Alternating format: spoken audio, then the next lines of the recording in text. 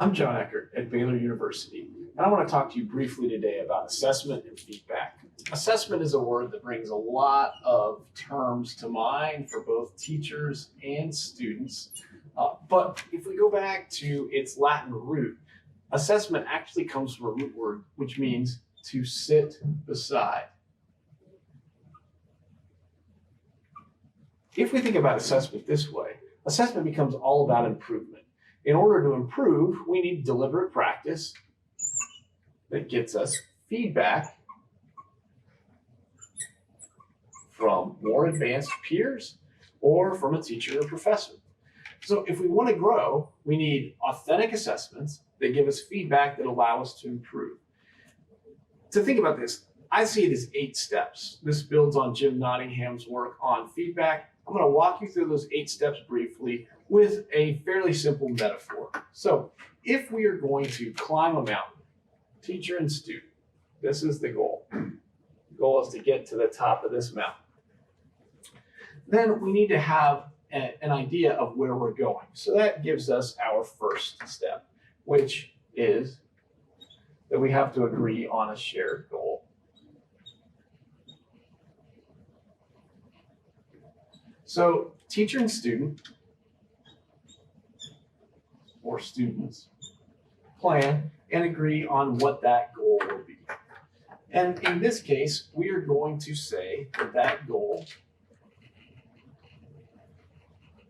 is to get to the top of that mountain. Both the teacher and the student recognize this is the goal. Step 2. The student needs to make an initial attempt. So there needs to be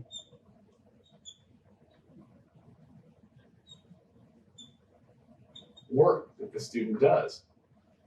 That student starts at the bottom of the mountain and begins to climb. Okay? That's the first step that has to take place. After that, the student receives feedback, not from the teacher yet, but from themselves or from a peer. Now, this feedback needs to be based on clear criteria for success. Students need to know what it takes to climb the mountain.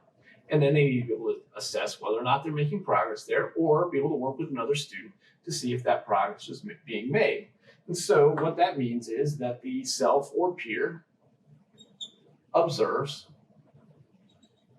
progress. How far have I gotten? Where am I going off track? Where do I need to go next?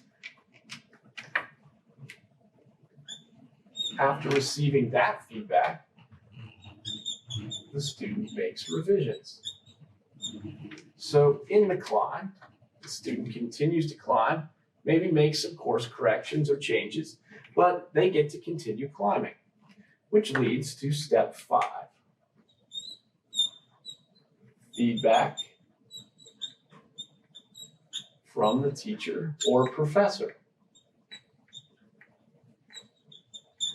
Now, the great thing about this for teachers is if they're standing here observing progress, that student's already made significant progress. And the teacher can refine the feedback that he or she gives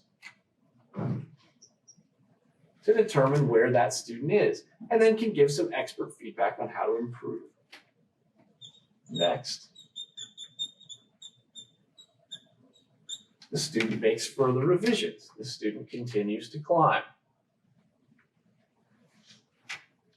Then we get to what typically seems like the only place sometimes students get feedback, which is the grade. Sorry, I didn't want to skip ahead a step. You get a grade. Right? This tells you where you're at in relation to the mountain. Now, the student may have only made progress. So if the teacher's here giving the grade based on the feedback that he or she has, maybe they didn't make it to the top, but we hope always that students make it to the top and we can celebrate with them as they reach the top. And they've met that shared goal that we set out at the beginning. Now, the 8th step that Nottingham does not talk about, but I think is important, is some brief reflection. This is both for the teacher and the student, where the student reflects on the progress made The teacher reflects on the assignment, on the assessment, what could be changed, what could be different, so that when they get to the end, the feedback doesn't stop, but there's feedback for both the teacher and the student to get better. If you have questions or want to reach out to me, you can find me on Twitter at EckertJohn, and also via email at baylor.edu. And my email address is just, let me climb the mountain with you. It's just John_Eckert at baylor.edu. We know that when we lead collectively, we get better. We need the expertise of others so that students get better as well. As we flourish as leaders, students flourish as students. Thanks for your time.